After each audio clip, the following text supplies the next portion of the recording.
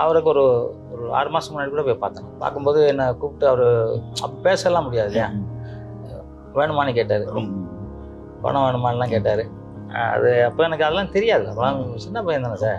ஜானகியம்மா இல்லை அவர் எல்லோரும் பழைய ஆளுங்களை பார்த்தா அழ ஆரம்பிச்சது. நீங்களாம் கிளம்புங்க அப்படின்னா அதுக்கு அதான் லாஸ்ட்டாக பார்த்தது. அப்புறம் பார்க்கல அவரை கேள்விப்பட்டேன், சந்திச்சிருக்காங்கன்னு கேள்விப்பட்டேன். அது கலைஞர் இல்லை, நீ மறுக்கலை, ஒத்துக்கவும் இல்லை மறுக்கவும் இல்லை, அப்போ சந்திச்சிருக்காங்கன்னு இல்லை. அவர் வந்து ஃபோனில் அடிக்கடி பேசிக்குவாங்க. ராமவரம் தோட்டத்தில் ஸ்விம்மிங் பூல் இருக்கும், ஸ்விம்மிங் பூல்கிட்ட தான் வந்து பேப்பர் பிடிப்பார். அவர் வேஸ்ட் இங்கே கட்டியிருப்பார், பேர் பாடியாக வேஸ்ட் இங்கே கட்டிட்டு கண்ணாடி போட்டு படிச்சுட்டு இருப்பார்.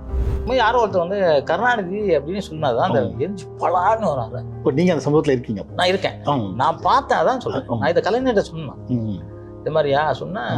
அதான்யா எனக்கும் எம்ஜிஆர் ராமச்சந்திரனை பற்றி ராமச்சந்திரன் சொல்லுவார், ராமச்சந்திரன் சொன்னால் பிடிக்காது, நானும் திட்டுவேன். நாங்கள் எங்களுக்குள்ள 1000 பேசுவோம், வேற அவனுக்கு பேச உரிமை இல்லை அப்படின்னு கலைஞர் சொன்னார். அதே மாதிரி அவர் வந்து பலான்னு நடிச்சு, யாரா நீங்கள் கருணாநிதி சொல்லுவாங்க, என்னடா அவர் பேச சொல்லுது, உனக்கு என்ன தகுதி இருக்கு முதல்ல, கலைஞர் தான் சொல்லணும் என்ன அப்படின்னாரு.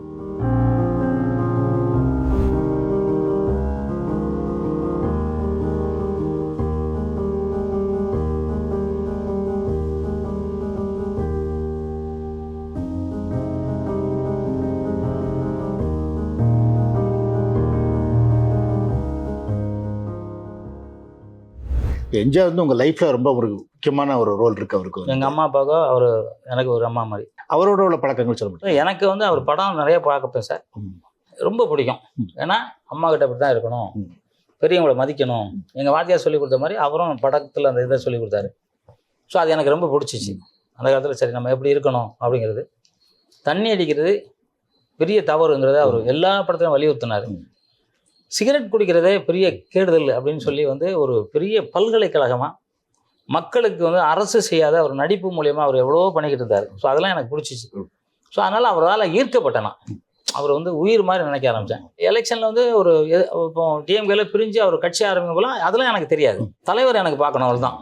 அங்கே வந்து அமெரிக்கன் காலேஜ்னு ஒன்று இருக்குது, அந்த ரோடு வந்து கிட்டத்தட்ட ஒரு 3-4 கிலோமீட்டருக்கு வந்து ரோடு அகலமாக அவ்வளோ பெரிய இருக்கும். மீட்டிங் அங்கே தான் போடுவாங்க. இன்னைக்கு சாயங்காலம் வருவார்னு சொல்லுவாங்க, இன்னைக்கு உட்காந்து அடுத்த நாள் தான் வருவார். அது வரைக்கும் உட்காந்துருப்பேன் அவரை பார்க்கறதுக்கு. அப்படிப்பட்ட புரட்சி தலைவரை நான் வந்து யதார்த்தமாக அவர் முதலமைச்சரான வரும். அதுக்கு முன்னாடி ஒரு வாட்டி பார்த்துருக்கேன்.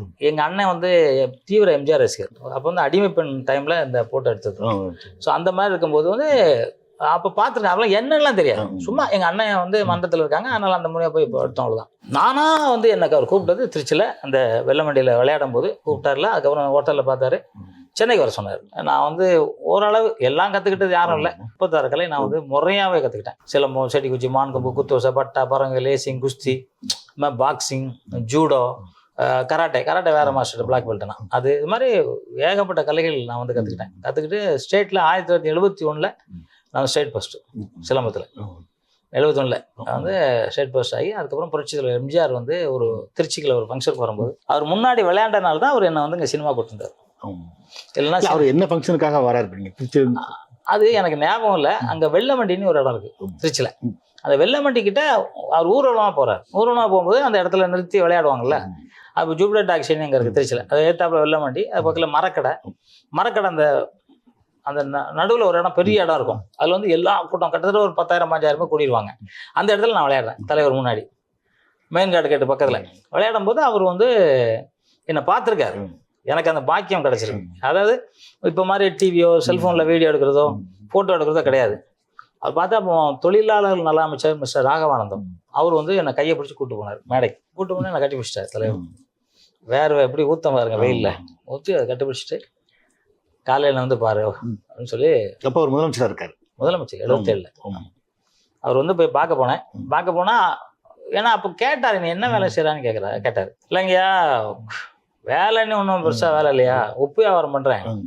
ஏன்னா 10 பேர் அடிக்கிறதுக்கு ஒருத்தர் நான் கூப்பிட்டு போவானுங்க. அப்போ வந்து போவேன், இந்த குஸ்தி பண்ணுவேன், சனிக்கிழமை ஞாயிற்றுக்கிழமை குஸ்தி, ஒரு 100-200 கிடைக்கும். ஆனால் நான் தான் ஜெயிப்பேன், எவனும் ஜெயிக்க விட்றதில்லை. ஜெயிக்க விட்றது இல்லையா, ராம விட்றது. அது ரொம்ப சிரிச்சு சந்தோஷப்பட்டு வர சொன்னார். அவர் சொல்லி நான் போயிட்டேன் 6 மணிக்கெல்லாம் போனால் நிறையா போலீஸ் வந்து எனக்கு ஒரு பயம்.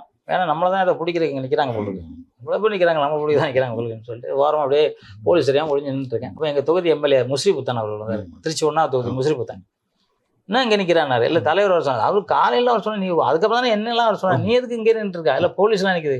ஓ வாயா முதல்ல கூப்பிட்டு போனார். தலைவர் செம்ம டென்ஷன், கோவம் வந்து அப்படிம்பாரு. இப்படின்ட்டாருன்னா கோவத்தில் இருக்காருன்னு அர்த்தம். நிலைமை நல்லா பழகினவங்க எல்லாருக்குமே தெரியும். அவர் கேட்ட என்ன எப்போ வந்தா உன எப்போ வர சொன்ன, எப்போ வந்தா உனக்கா எவ்வளோ தெரியுமா அப்படின்னாரு. ஏன்னா அவரு நான் வந்து வெள்ளந்திரியா சொன்னது இந்த மாதிரிலாம் சண்டை போடுவேன்னு சொன்னது அவருக்கு ரொம்ப பிடிச்சி போச்சு. ஆனால் அவர் கூப்பிட்டு கேட்டார் என்ன அப்படின்னு கேட்டால், இல்லைங்க போலீஸ் இருந்துச்சியா. உனக்கு என்னையா போலீஸ்? எனக்கு தானே பாதுகாப்பு. உங்களுக்கு நினைச்சாயா? அது என்ன பிடிக்கிறதுக்கு நினைச்சுனையா? சிரிச்சு கண்ணெல்லாம் கண்ணாடிலாம் கழட்டு, கண்ணாடிலாம் தொடச்சி கண்ணெல்லாம் தொடச்சி உட்காரு சாப்பிட்டியா அப்படின்னாரு. இல்லைங்க நான் 5:30க்கெலாம் வந்துட்டேன். சாப்பாடுலாம் வாங்கி கொடுத்து சாப்பிட்டு எதுக்கும் பயப்படாத, என்னென்ன கேஸுன்னு அவர் போலீஸை கூப்பிட்டு கிட்டத்தட்ட அது ஒரு 100 கேஸுக்கு மேலே தலைவர் கூப்பிட்டு தேவையில்லாத என்ன கேஸ் தான் கூப்பிட்டு பேசி முடிங்க அப்படின்னு சொல்லி கிட்டத்தட்ட எல்லா கேஸும் பிடிச்சாங்க. ஒரு கேஸை தவிர. அந்த கேஸ் நான் சினிமாவில் வர வரைக்கும் நடந்துகிட்டு இருந்துச்சு. அப்புறம் முடிஞ்சு போச்சு. எல்லாம் கேஸ் இதெல்லாம் முடிச்சுட்டு வா, ஏன்னா அவர் எல்லாம் கரெக்டாக இருப்பார். எதுவுமே தப்பான ஆளாக இருக்கக்கூடாதுன்றதுல சொன்னார். தண்ணி அடிப்பா அடிக்க மாட்டேன், சீர் குடிக்க குடிக்க மாட்டேன், அப்பா அப்படின்ட்டார். ரொம்ப சந்தோஷம், அதே பெரிய விஷயம் எனக்கு அப்படின்னாரு. அப்புறம் வந்து முஸ்லீம் எங்கள் தொகுதி எம்எல்ஏ அவருக்கும் தெரியும், அதெல்லாம் அவன்கிட்ட ஒரு தப்பு கூட கிடையாது, கெட்ட பழக்கமே கிடையாது அப்படின்பாரு. கூட்டாரு வர சொல்லிட்டாரு. வந்து நான் வந்து சென்னைக்கு வந்துட்டேன். சென்னைக்கு வரேன். அப்போல்லாம் பஸ்ஸு தான், ட்ரெயின் இருந்தால் கூட ஏதோ ஒரு ட்ரெயின் வரும், அது அவ்வளோ கிடையாது. பஸ்ஸு இன்னைக்கு ஒரு 6 மணிக்கு ஏறணும்னு வச்சுங்களேன், ஒரு 2 மணிக்கு வந்து இறக்கி விடுவாங்க. இப்போ மாதிரிலாம் இல்லை, இறக்கி விடுவாங்க. 2-2:30 மணிக்கு தாம்பரத்தில் இறக்கி விடுவாங்க. தாம்பரத்தில் வந்து பஸ் ஸ்டாண்டில் வந்து போலீஸ் என்னை கூப்பிட்டு போயிட்டாங்க. எப்படி பாருங்க, கூப்பிட்டு போயிட்டாங்க. என்னடா அது போலீஸ் கூப்பிட்றாங்க, என்ன பண்ண முடியும், வா அப்படின்னு சொல்லி போனாங்க. எங்கூட 4-5 பேர் கூப்பிட்டு போனாங்க. இல்லை 4 பேர் உள்ள ஜெயிலில் போட்டாங்க. என்ன மட்டும் அந்த பெஞ்சில் உட்காந்துக்க படத்துக்கு அப்படின்னாங்க. என்னடா அது வேற எதுக்காக கூப்பிட்றாங்க சார்? சந்தேக கேஸில் கூப்பிட்டு போகிறாங்களா? இல்லை, அதான் உட்கார வச்சுட்டாங்க. கரெக்டாக ஒரு 5:30 மணி வந்து இன்ஸ்பெக்டர் சார் நீ கிளம்புங்க அப்படின்னாரு. எனக்கு டவுட், என்ன சார் நைட்டு கூப்பிட்டு வந்து கிளம்புறீங்கன்னா, இல்லை நீ கிராமத்தா மாதிரி இருக்கா, ஒரு செயின் வேறு போட்டிருக்கா, இங்கே பிட் பாக்கெட் நிறைய அடிச்சிருவாங்க, சேஃப்டி கூப்பிட்டு வந்தேன். ஓ அப்படிங்களாயா, சரி. ஒரு வேளை அவனை பிட் பாக்கெட் வந்து அவன் செத்து போயிடுவான், என்கிட்ட அடி வாங்கினேன். யார் நீ அப்படின்னாரு. அது மாதிரி சிலம்பம் கராட்டை எல்லாம் சொல்லிட்டு நான் எம்ஜிஆர் வீட்டுக்கு வந்துருக்கேன். எம்ஜிஆர் வீட்டுக்கு வந்திருக்கியா? அப்படியா அப்படின்னாரு. எங்கே ஏன்னா காமி பண்ணாரு. நான் குத்து வருஷம் அடிச்சுக்கேன். டக்கு நான் குத்து வருஷம் அனுப்பி வச்சேன். அப்புறம் நுங்சாக்க வச்சுதான், நுங்சா கரகர சுற்றி காமிச்சேன். சிலம்பம் அந்த 2 கம்பு வச்சு அது உள்ள கரகரம் சுற்றினோடனே அவரே கை தட்டி ஜீப்பில் ஏற சொல்லி அது அவர் கொண்டு 66A ஒரு பஸ்ஸு அங்கேருந்து தாமதம் குண்டத்தூர் போகிறது, அதில் நிறுத்தி என்னை ஏற்றி விட்டார். ஸோ ஃபர்ஸ்ட்லேயே அந்த மரியாதையோட என்னை ஏற்றி விட்டாங்க. எங்கள் அண்ணன் வந்து சொல்கிறேன், நம்பவே மாட்டேங்கிறாங்க. எம்ஜிஆர் கூப்பிட்டாருன்னா பாப்பா, எம்ஜிஆர் தான் கடவுள், அவரை பார்க்குறதே அப்புறம். அவர் கூப்பிட்டாராம், போயா நீ வேலை எங்க திருச்சியில் சண்டை போட்டு இங்கே வந்திருக்கேன். அவெல்லாம் லட்டு போட்டால் 4 நாள் கழிச்சு அங்கே போவோம், 4 நாள் கழிச்சு அங்கே வரோம். எல்லாம் தந்தி தான் அடிக்கணும், ஃபோன்லாம் கிடையாது. அப்போ வந்து சரி இது சாப்பிட்டுட்டு ஏதோ தகராறு பண்ணியிருக்கா, நீ சாப்பிட்டுட்டு நீ அப்படின்னு சொல்லிட்டு எங்கள் அண்ணன் விட்டாங்க. இப்போ குன்றத்தூரில் வந்து சிவன் கோயில் ஒன்று இருக்குது. சின்ன தெருவில், சின்ன தெருவில் அந்த கோயில் தெருன்னு ஒன்று இருக்குது. அதில் வந்து சிவன் கோயில் வந்து அந்த ஆயுத பூஜைக்கு பள்ளிக்கூடம் மாதிரி விளையாடுவாங்க, சிலம்பம் அதெல்லாம் விளையாடுவாங்க. நானும் போய் வேடிக்கை பார்க்கும் போது நான் கேட்டேன், விளையாடுறேன் சார் அப்படின்னா. எந்த ஊர்? நாங்கள் திருச்சி. என்ன தெரியும்? நாங்கள் எவ்வளோ நாள் கற்றுருக்கேன்? ஒரு மாதம் கற்றுருக்கேன் சார், 20 நாள் போல் கற்றுருக்கேன். பார்த்தோன்னே ஆசையாக இருக்கும், சுற்றுறேன் சார். நான் எல்லாம் தரமாட்டாங்களே. சரி போனே கொம்பு கொடுத்துட்டேன். கம்புக்கு தான் ஏன் கொடுத்தோன்னு வச்சாங்க. ஏன்னா கம்பு எடுத்த கண்ணுக்கு தெரியல, சிலம்பு கரகரகன்னு சுற்ற ஆரம்பிச்சு. அதாவது இவங்களை எல்லாரோட எனக்கு கைத்தட்டல எந்திரிச்சின்னு கைத்தட்ட ஆரம்பிச்சாங்க. அப்புறம் சுருள் வாழ் சுற்றினேன், செடி குச்சி சுற்றினேன், குத்துவரசு அடித்தேன், நுங்சாக்க வச்சு சுற்றினேன், கராட்டை கட்டாக போட்டேன். எல்லாமே போட்டோன்னே நம்ம எல்லாமே தெரிஞ்ச மாதிரி ஆயிடுச்சு. அப்போ கராட்டெல்லாம் எல்லாருக்கும் தெரியாது, யாரோ ஒருத்தர் தான் கற்றுருப்பாங்க. அதில் நான் ஒருத்தர். அப்போ உடனே எனக்கு அங்கே கோயிலேருந்து மாலை ப்ளஸ் ₹1 ₹2 வச்சாங்க. அதே ₹300 சேர்ந்துச்சு. அப்போ 300 குன்றத்தூர்ல இடமே 75 ரூபா தான், வெறும் 75 ரூபா. ஒரு கிரவுண்டு. ஆமாம், நான் இருக்கும்போது அப்புறம் 100 ரூபாய்க்குலாம் வச்சுக்கேன். அது அப்புறம் நல்லா எனக்கு செலவு காட்சின்ட்டு வாங்கிச்சிட்டேன். என்னன்னா எங்கள் அண்ணன் அந்த கூட்டத்தில் வந்திருக்காங்க. ஓ எம்ஜிஆர் கூப்பிட்டு போறவனே, என்ன இந்த அளவு இந்த மாதிரி ரசிகர்கள் இருக்காங்க அப்படின்னு சொல்லிட்டு எங்கள் அண்ணன் வீட்டுக்கு போனோடனே அப்போ அந்த பொட்டி இருந்தால் முதல்ல ஊருக்கு போன்ட்டாங்க. ஏன்னா நானும் பார்த்தேன், நல்லா விளையாடுறான். எம்ஜிஆர் வர சொல்லி பார்த்தான். ஆனால் விளையாண்டால அவங்க யார் தெரியுமா? பெரிய ஆளுங்க, அறுத்துருவாங்க, காலையில் கூட ஓடிடு. எவ்வளோ பேர்னா வருவாங்க? என்ன அதெல்லாம் 5 பேர்கிட்ட வருவாங்க. கட்டி போட்டுருவானே, 5 பேரும் கட்டி போட்டுருவோம். இல்லைப்பா இந்த ஊருக்காரவன், நீ வெளியூர்லேருந்து வர, நான் மளிகை கடை வச்சுருக்கேன், நாளைக்கு வந்து எனக்கும் பிரச்சனை இருக்கும். சரி நான் உங்களுக்கு பிரச்சனை இல்லாமல் பார்த்துக்கிறேன்னா வேறு எங்கன்னா தங்கிக்கிறேன் அப்படின்னா. எங்கள் அண்ணன் என்ன பண்ணாங்க, சரி உள்ளே படுத்துக்க, நான் வெளியே இருக்கேன் அப்படின்னு சொல்லிட்டு என்னை உள்ளே படுத்துட்டு வெளியே யார் தரலாம் வரக்கூடாதுன்னா அப்படின்னு சொல்லிட்டு வெளியில் திண்ணை இருக்கும். அப்போல்லாம் எல்லார் வீட்டிலும் திண்ணை இருக்கும், திண்ணையில் வெளியே படுத்துனாங்க. அவங்க சொன்ன மாதிரி 5 மணி காலையெல்லாம் வந்தாங்க. ஆனால் என்னை கற்றுக்கணும் வந்தாங்க. அந்த காலையில் வந்து என்னை கற்றுக்கணும், இவ்வளோ பெரிய கலையை பார்க்க வந்து அவங்க எனக்கு ஸ்டூடெண்ட் ஆகிட்டு இன்னைக்கு வரைக்கும் எனக்கு ஸ்டூடெண்ட்டாக இருக்காங்க. ஸோ அதுக்கப்புறம் எங்கள் அண்ணன் நம்பி அங்கே வந்து எம்ஜிஆர் ரசிகமன்ற மகளிர் அணி தலைவி அந்த அம்மா மூலியமாக கூப்பிட்டு தோட்டத்துக்கு அனுப்பிச்சாங்க. ஏன்னா எனக்கு தோட்டம் எங்கே இருக்குது தெரியாது. கூப்பிட்டு போனால் அந்த அம்மா உள்ளே போகும்போது விட மாட்டேன்ட்டாங்க. அங்கே செக்யூரிட்டி வந்து மாணிக்கன்னு அவர் பேரை மறந்துட்டேன், அது ஆஃப்டர் ஏர்போர்ட் நிற்பார், போலீஸ்லாம் இருக்க மாட்டாங்க, அவங்க தான் இருப்பாங்க. இது மாதிரி தலைவர் அதெல்லாம் பார்க்க முடியாது. நீங்கள் சொன்னீங்களா எம்ஜிஆர் தானே வர சொன்னார் அப்படின்னு? கேளுங்க, அவன் பார்க்க முடியாதுட்டாங்க. நீ யார் பாடினாங்க? திருச்சி. தங்கமா? தங்கமா, ஆமாம், வா வா. என்ன மனுஷன் பாருங்க எம்ஜிஆர். அதாவது நான் கட்சிக்காரலாம் தெரியாது, எவனே தெரியாது, ஏதோ ஒரு பையன் திறமை இருக்கு, அவனை வந்து நம்ம சினிமாவில் சேர்க்கணும்னு தங்கன்னு ஒருத்தன் வருவான், நீ இல்லைன்னு சொல்லிட்டு அவன் போட்டு போயிடுவான், ஆனால் உள்ள விடு அப்படின்னு சொல்லியிருக்காரு. எப்போ 2 மாதம் சொன்னது என்னை கூட்டு அந்த அம்மா நான் உள்ள கூட்டு போகிறேன். அந்த அம்மா அப்போ தான் புரட்சியில் விட்ட படம் எடுக்கிறாங்க, அது வரைக்கும் படம் எடுக்கிறாரு. ஸோ அந்த மாதிரி வந்து பார்த்த உடனே நான் கேட்டார், நடிக்கிறியான்னு கேட்டபோது அவர் வந்து ஸ்டண்ட் யூனியனில் சேர்த்தார். எம்கே தரமலிங்க மாஸ்டர் அவர் தான் தலைவராக இருந்தாங்க. அவருக்கு எம்ஜிஆரோட பாடி கார்டு அவங்க சங்கர் மாஸ்டர் நிறைய பேர் அவர் பாடி கார்டு. அப்போ வந்து அவர் ஃபோன் பண்ணி இது மாதிரி வந்து நான் ஒரு பையன் அனுப்புகிறேன் யூனியனில் சேர்த்துக்கினாரு. அப்போ தான் எனக்கு ஸ்டண்ட் யூனியன் தான் தெரியும். போய் அங்கே வந்து உடனே என்ன இதெல்லாம் கூட டெஸ்ட் கூட பண்ணல, அவங்க எடுத்துக்கிட்டாங்க. ஸோ அந்த மாதிரி தான் என்ன எம்ஜிஆர் மூலியமாக வந்து எம்ஜிஆர் அப்போ நான் போய் பார்த்துக்குவேன். எல்லாத்துக்கும் எனக்கு வந்து ரொம்ப அறிவுரை சொல்லுவார். அவர் எனக்கு அப்போ சொன்னது தான், ஒரு திருடன் அவன் திருடிட்டு போகிறான்னு அவன் கூட பார்த்து நீங்கள் அவனுக்கு சப்போர்ட் பண்ணால் நீனும் பெரிய திருடன், அதை பிடிச்சி போலீஸில் போடைக்கணும், இல்லைன்னா திருடன் சொன்னது இன்னைக்கு வரைக்கும் அது எவனாக இருந்தாலும் சரி, அது திருடானா அது தலைவர் சொன்னது வந்து தெய்வீக வாக்கா நான் நினச்சி இன்னைக்கு வரைக்கும் அதான் பண்ணிட்டு இருக்கேன். எம்ஜிஆரோட கடைசியில் எவ்வளோ காலம் இருக்குது சார் அவரோட பழக்கம் இருந்தது? அதான் 77லேருந்து அவரோட உயிரோட இருக்கிற வரைக்கும். ஆமாம். அப்போ அவர் சாவருக்கு ஒரு 6 மாதம் முன்னாடி கூட போய் பார்த்தேன். பார்க்கும்போது என்னை கூப்பிட்டு அவர் அப்போ பேசலாம் முடியாது இல்லையா, வேணுமான்னு கேட்டார், பணம் வேணுமான்லாம் கேட்டார். அது அப்போ எனக்கு அதெல்லாம் தெரியாது, அப்போலாம் சின்ன பையன் தானே சார்.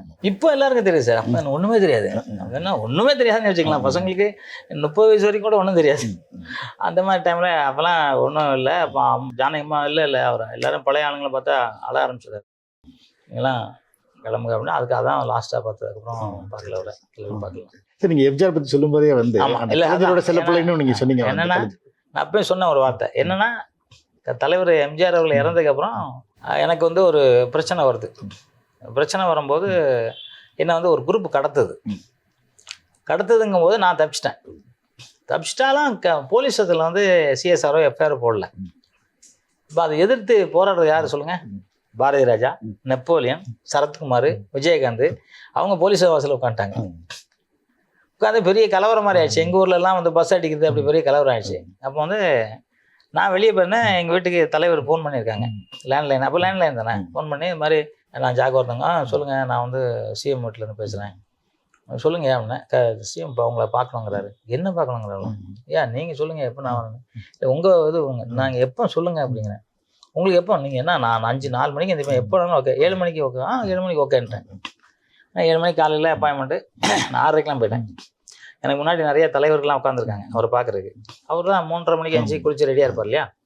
இருக்கும்போது என்ன இல்லை, அவர் வந்து என்ன லிஃப்ட்டு கூப்பிட்டு போனார், நிறைய ஃபஸ்ட் ஃப்ளோர் கூப்பிட்டு போயிட்டு தலைவர் அப்படியே உட்காந்தார், அந்த துண்டெல்லாம் போட்டு உட்காந்துருப்பார், சோஃபாவில் உட்காந்தார். என்னை பார்த்தோன்னே எந்திரிச்சிருந்தார். அதாவது அவர் கால் தூசி கூட போனால் தெரியாது, அவர் மறக்க முடியாத ஒரு மிகப்பெரிய தலைவன்.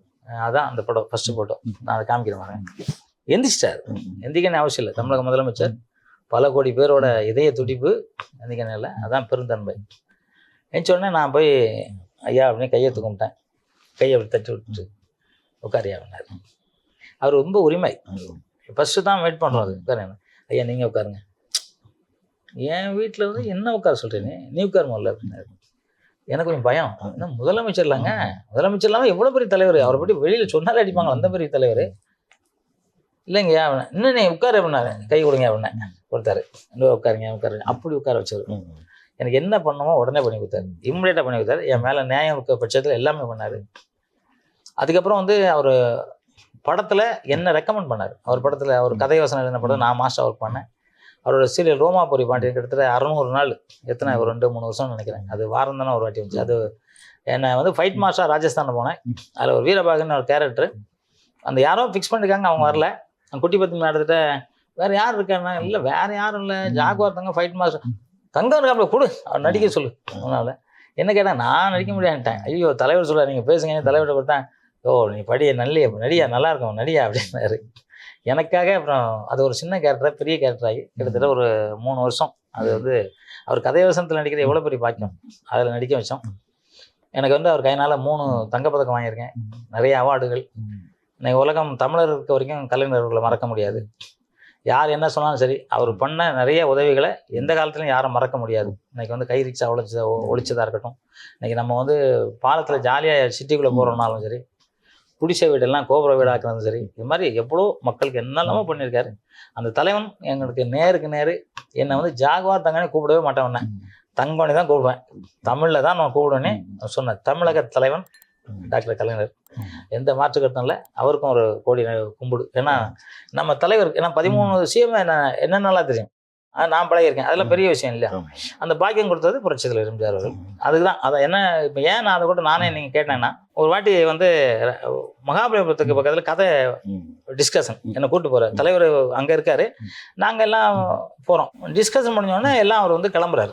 யார் யாரெல்லாம் கிளம்புறீங்க அப்படின்னு கேட்டால், நான் மட்டும்தான் கிளம்புறேங்கிறேன், வேற எல்லாம் அங்கேயே இருக்காங்க, தெரியல தண்ணி அடிக்கிறது அது ஜாலியாக இருக்காங்க, நான் தண்ணி அடிக்க மாட்டேன். எல்லாம் மத்தியானம் வெளியே போகிறாங்க சீரட் அடிக்கிறது, நான் தலைவர் கூட உட்காடுறேன். அந்த பாக்கியம் யாரும் கிடைக்கும், உட்காடுறேன். என்னையா நீ வெளியே போக உட்காந்துருக்கா, வேற எதாவது கிடையாதா? அல்ல நான் கிடையாதுயா. ஒன்றுமே இல்லையா? ஒன்றுமே இல்லையா? தண்ணி இல்லையா? ஒரு ஆச்சரியப்பட்டு போய்ட்டு, என்னையா நீ அப்படின்னு ரொம்ப நம்ம ரொம்ப பிடிக்க ஆரம்பிச்சு. யோகாசனத்தில் அவர் பெரிய ஆள், தலைவர் வந்து பெரிய ஆள். யோகாசனத்தில் பயங்கரமான சித்தர் அவர் யாருக்கும் தெரியாது. அவர் அப்போ கேட்டார், யோகா பண்ணியா? யோகாலாம் பண்ணிக்கிட்டேங்க எனக்கு வாத்தியார் சொல்லுவார். கேட்டார் என்னெல்லாம் பண்ணுவான்லாம் கேட்டார். நான் அதெல்லாம் சொல்லுவேன். அதெல்லாம் வந்து அதுக்கப்புறம் என்ன முடிச்சு கரெக்டாக அன்றைக்கி 6 மணிக்கு புறப்படுறாரு. நீ எதில் போகிறான்னு கேட்டார். நான் பஸ்ஸில் போயிடுவேன், ஏன் அவங்க எல்லாம் ஒன்றா வருவாங்க, அதுக்காக தனியாக வண்டி சரியாக வராது. அப்போல்லாம் இது மாதிரி கால் டாக்ஸிலாம் கிடையாது. என்ன கரெக்டாக 6 மணிக்கு தங்கப்பழத்தை கூப்பிடுங்கிறார். உடனே போலீஸ் வந்து என்னன்னா, இல்லை வண்டியில் யாரு? ஐயா என்ன போகிறேன், போகும்போது விட்டு போகிறையா அப்படிங்கிறாரு. எனக்கு விட்டு போகிறாரா? என்ன ஐயா சொல்கிறீங்க? ஏறுனே ஏற்றிட்டாரு. வர்றேங்க, இந்த ஐயா கிண்டியில் இறக்கிருங்க. வரும்போது நிறையா பேசிகிட்டு இருக்கோம், ஏதோ கதை எல்லாம் சொல்ல வேண்டியது விஷயங்களுக்கும் சொல்லாமல் விஷயங்களையும் அதை பேசிகிட்டு இருக்கோம். கிண்டியில் இறங்கிறாங்க. எங்கேயா போகணுங்கிறாரு. இல்லையா எனக்கு நான் இப்படி பக்கத்தில் தான் எப்படி போயிடுவேன். கேட்கனாரு தானே, வா. கிண்டி ஏறுறாரு. கேட்கனில் எங்கேங்கிறாரு. என்ன சொல்லுது? நான் ஏன் சொல்கிறேன் உங்களுக்கு புரியுதா? எம்ஜிஆர் நான் வந்து அப்படியே யோசனை பண்ணிட்டே இருக்கேன். இல்லையா இதுதான் பக்கத்தில் தான் வீடு, நான் நடந்துருவேன் அப்படிங்கிறேன். யோ வீடு என்ன எம்ஜிஆர் நகரா? சத்தியமாக கேட்டது ஆடி போயிட்டேன். ஆமாயாண்ணே. அது என்னையா? எம்ஜிஆர் யார் தெரியுமா? என் நண்பன், உயிருக்கு உயிரான நண்பன். அவர் இறக்குமா நான் 2 நாள் சாப்பிடல தெரியுமா, எங்கள் வீட்டில் தண்ணி தொழில் தெரியுமா அப்படின்னு மறந்து போயிட்டேன். எம்ஜிஆர் கட்சி தரவில் தான் இல்லையா, நாங்கள் உயிருக்கு உயிரான நண்பர்கள். நாங்கள் எங்களை யாரும் பிரிக்கவே முடியாது. அது வந்து எங்கள் சூழ்நிலை அப்படின்னு சொல்லி இதே வார்த்தையை புரட்சியாளர் எம்ஜிஆர் அவர்கள் ஒரு வாட்டி கருணாநிதி சொன்னதுக்காக ஒருத்தனை பலார்னு அடிச்சார். யாருடா கருணாநிதி? கலைஞர்னு சொல்லு. அவர் போய் கருணாநிதி சொல்லி உனக்கு என்ன தகுதி இருக்குமோ இல்லை அப்படின்னு சொன்ன பெரிய மனிதன். அதே மாதிரி கலைஞர்கள் அவங்க அன்பை வந்து யாராலையும் எப்பவுமே பிரிக்க முடியாது. ஸோ அந்த மாதிரி ஒரு அன்பான ஆள் என்னை வந்து இங்கே வந்து இறக்கிட்டு போனார். எனக்கு கீழே இருந்தால் எங்கள் வீட்டுக்குள்ளே வரைக்கும் வந்துட்டு போனார். அதெல்லாம் நடக்குமா சார்? ஒரு முதலமைச்சரா? ஆமாம், அதைத்தான் சொல்கிறேன். அதில் எவ்வளோ அதுக்கப்புறம் தான் இந்த தெருவுலாம் எனக்கு வந்து பெரிய மரியாதை கொடுத்தாங்க. அந்த இதெல்லாம் ரோடெல்லாம் க்ளீன் பண்ண ஆரம்பித்தாங்க. அதுக்கு முன்னாடி எல்லாம் பண்ணுறதில்ல, எல்லாம் அப்படி பண்ணியிருந்தாங்க.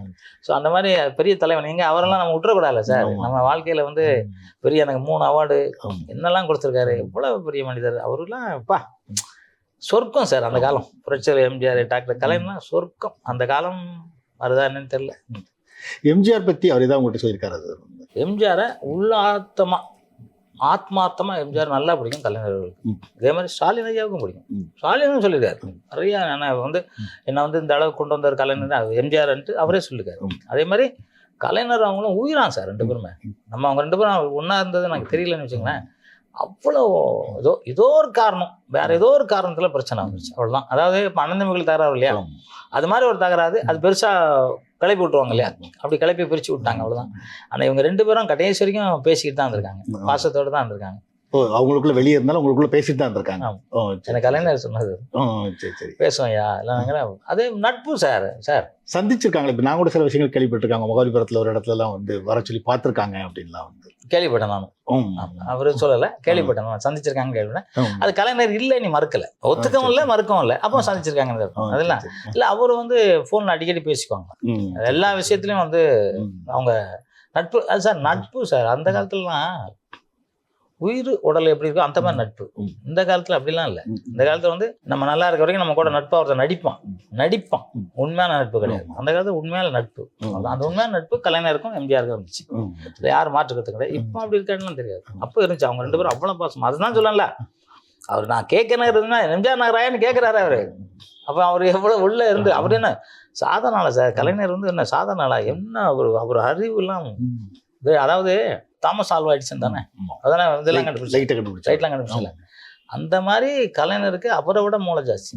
இப்போ நம்மளாம் 6 அறிவு தான் யூஸ் பண்ணுறோம், கலைஞர்லாம் 10 அறிவுக்கு மேலே யூஸ் பண்ணியிருக்காரு. அதனால தான் கலைஞர் இன்னைக்கு வந்து மறக்க முடியாது, எம்ஜிஆர் அந்த மாதிரி மறக்க முடியாது. அது மாதிரி அவங்கெல்லாம் அந்த மாதிரி ரேஞ்சு. நம்ம வெறும் 6 அறிவு. நான் கூட டெய்லி கடவுள்கிட்ட கேட்குறேன், இன்னும் எங்களுக்கு மட்டும் 6 அறிவு கொடுத்துருக்கா. தாமஸ் ஆல்வா எடிசனுக்கு அந்த இது ஃப்ளைட்டுக்கு அனுப்பிச்சா சார், ரைட் சகோதரர்களுக்கு அவங்களும் அவ்வளோ கொண்டு போச்சு. எங்களுக்கே 6 அறிவு, எங்களுக்கும் கொடுங்க 10-12 கொடுங்கன்னு கேட்டுக்கிட்டு இருக்கேன். ஸோ அதனால தான் என்ன சித்தர் மரத்தில் அப்படி கொடுத்துட்டு இருக்காங்கன்னு நினைக்கிறேன். ஸோ நினைக்கிறேன் அது மாதிரி கலைஞர் பெரிய மாபெரும் தலைவன், மாபெரும் கலைஞன், மாபெரும் தலைவன், மாபெரும் மக்களுக்கு கொடுக்குற செல்வந்தன் அவர். அந்த மனிதர், அவரை பற்றி பேசுறதுக்கு எனக்கு சந்தோஷமா இருக்கு. இது மாதிரி எப்போ எம்ஜிஆர் கலைஞர் பற்றி உங்கள்கிட்ட தான் பேசிக்கிறாரு? நாங்கள் தலைவரும் நானும் இந்த பின்னாடி தான் உட்காந்து பேப்பர் படிப்பார். ராமவரம் தோட்டத்தில் ஸ்விம்மிங் பூல் இருக்கும். ஸ்விம்மிங் பூல்கிட்ட தான் வந்து பேப்பர் படிப்பார். அவர் வேஸ்ட் இங்கே கட்டிருப்பார், பேர்பாடியா வேஸ்ட் இங்கே கட்டிட்டு கண்ணாடி போட்டு படிச்சுட்டு இருப்பார். முன்னாடி யாரும் சட்டை போட்டுருப்பார், சட்டை போடாமல் வேஸ்ட் இங்கே கட்டிருப்பாரு, கண்ணாடி போட்டுருப்பாரு. அடுத்து அப்படிங்கும்போது யாரோ ஒருத்தர் வந்து கருணாநிதி அப்படின்னு சொன்னாதான் அந்த எரிஞ்சு பலான்னு வராரு. நீங்க அந்த சம்பவத்தில் இருக்கீங்க? நான் இருக்கேன், நான் பார்த்தேன், அதான் சொல்றேன். நான் இதை கலைஞர்கிட்ட சொன்னேன், இது மாதிரியா சொன்னா, அதான்யா எனக்கும் எம்ஜிஆர் ராமச்சந்திரனை பற்றி ராமச்சந்திரன் சொல்லுவார். ராமச்சந்திரன் சொன்னா பிடிக்காது, நானும் திட்டுவேன். நாங்கள் எங்களுக்குள்ள 1000 பேசுவோம், வேற எவனுக்கு பேச உரிமை இல்லை அப்படின்னு கலைஞர் சொன்னாரு.